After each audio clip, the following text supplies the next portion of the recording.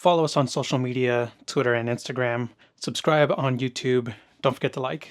So in the Nosferatu 2023 version or remake, essentially it is a B movie. Kind of feels like you're watching a play shot in the style of Sin City from Robert Rodriguez, but without the budget to make it look as crisp as Sin City. But essentially it is a shot-for-shot remake of the original 1922 version of the film. There is some new narrative information. They rebuilt all the locations kind of in this green screen studio, it seems like. At least that's how I'm assuming they got this Sin City style effect. Nosferatu definitely looks a lot more menacing. He kind of reminds me of the evolved vampires from Blade 2. I forget what they call them. And he doesn't have like the goofy looking front teeth. That's one thing I'm hoping for in the Robert Eggers version, because we haven't seen what his Nosferatu's fangs look like. But the front teeth, they do look a little goofy. They're a little comical. But in this version of the film, Thomas Hutter he's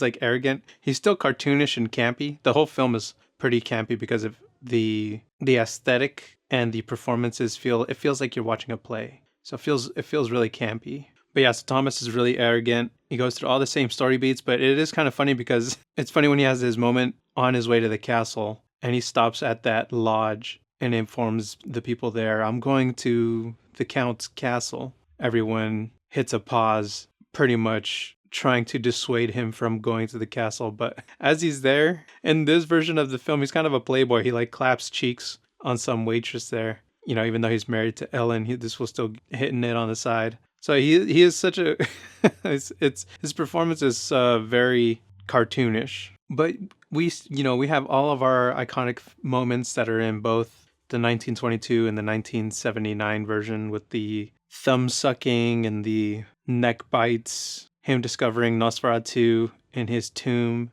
Nosferatu creating a U-Haul out of coffins, escaping the castle. Everything's there. The same with Ellen, only we get a little bit more visual information on her dreams. We get the same window scene, her at the beach, and the showdown with the Count. It's funny because the Count, I don't know what was the creative decision here, but he basically gropes her with his shadow hand.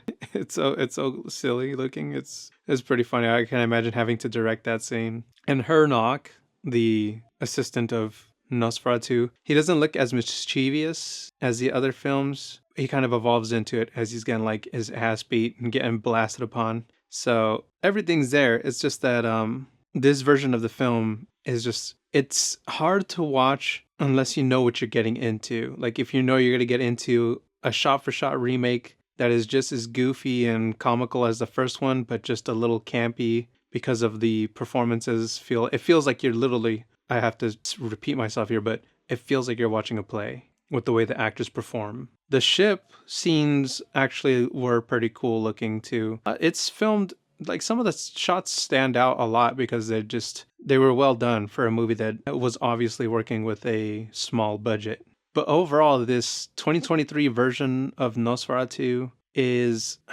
I wouldn't recommend it for everybody. Because I wouldn't say it's bad. I kind of liked watching it, but at the same time, it's just for me as like a very ghetto filmmaker, I appreciate the effort. Maybe this version of Nosferatu, can only really be appreciated by other low budget filmmakers. This film you can't show to any general audience. Like only other filmmakers would appreciate the work that was put into this film, because it's not bad, but also it's not good. It's just something that you could appreciate for all the effort that went into it. But yeah, anyway, so next on the list is Robert Eggers' 2024 Nosferatu. The one thing I'm really hoping out of Robert Eggers' film, now that I've watched 3 other versions of this, I really hope that we don't get the bread cutting the thumb and like then a thumb sucking scene. I just don't know if I can handle any more of this guy sucking on thumbs. It's and I'm super curious how much is going to change narratively